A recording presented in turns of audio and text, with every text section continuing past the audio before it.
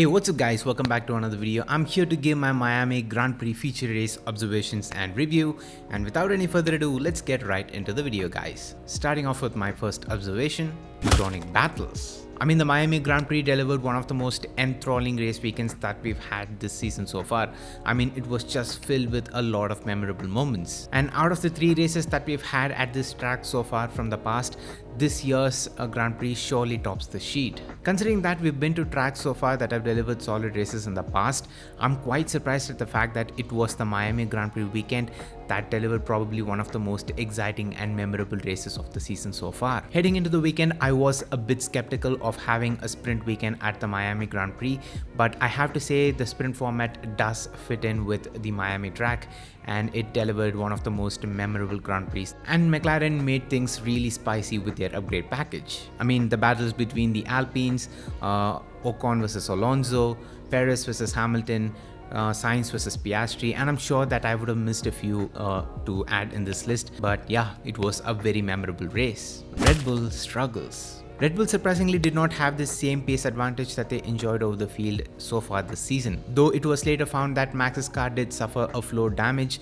I'm sure that the pack behind Red Bull are a lot closer this season compared to what it was 12 months ago. And McLaren's look very competitive, and I feel like even without the floor damage, with the safety car, Lando would have been able to hold his own ground to win the race. Checo's pace wasn't great either, and Max also not being happy with the handling of the car. I think the Miami track just did not fit the RB20. McLaren upgrades have worked. McLaren's massive upgrade package has worked like a charm, with the MCL30 can be pretty much considered as a B-spec car at this point. Though I am a bit bummed out for Oscar Piastri, because I feel like till the front wing damage he was running a solid race for the team, but Lando made up for it with the race win. And what a win it was. The 2024 season has already had 3 different race winners in the first 6 rounds. I feel like it is a very exciting prospect for a season that we kind of wrote off thinking that it would be another Red Bull dominance. McLaren's long list of upgrades have given the team a massive jump in terms of pace, that I feel like the contention for the second quickest spot is back on between Ferrari and McLaren. And what better way to celebrate the new upgrades than a race win, right? Hamilton proves his racecraft. Hamilton, after having a difficult start to the weekend, has managed to limit the damage by driving a splendid race. With him being the only driver to start on the hard compound of tyre in the top 10, has managed to deliver a solid race by finishing P6 by managing a solid pace, which once again proves his caliber of racing. With him being the only driver to start on the hard compound of tyre within the top 10, he managed to have a decent pace all throughout the race and managed to hold his own ground to finish P6, which I feel like is a result that he'd be pleased to walk away from the weekend considering how it started. Yuki delivers a solid closure.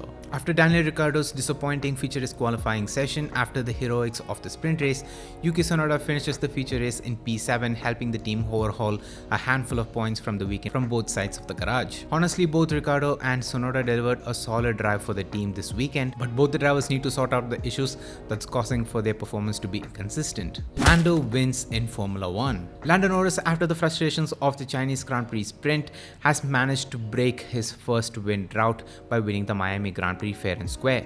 No matter whose fan you are, I bet you were happy with the outcome of the race. It was a solid drive from Lando in the race, which made up for the misfortunes from the qualifying sessions. It was really heartwarming to see all the teams and drivers congratulating him on his first win, which really shows how closely knit the Formula 1 community are despite the competition. It was really an unexpected turn of events, as I feel like despite the floor damage, Max Verstappen was cruising to a comfortable race win. But thanks to Logan Sargent and Kevin Magnussen's crash, which brought out the safety car, which helped Lando Norris to pit from the race lead and rejoin the race in the same position. But I feel like with the pace that he had on the old medium compound of tyres, I feel like he would have challenged Max Verstappen for the race win towards the end of the race even without the safety car, which honestly is another what if moment. So with the first win in Formula 1 under his belt now, I feel like we can finally see some calm, collected decision making from Lando Norris when he's in the lead again, which I feel like will happen a handful of times even this season, with the pressure of not having his first win in Formula 1 lifted off his chest. So yes guys, these are my thoughts and observations of the Miami Grand Prix feature race, and I hope you all enjoyed. If you did, make sure to hit that like button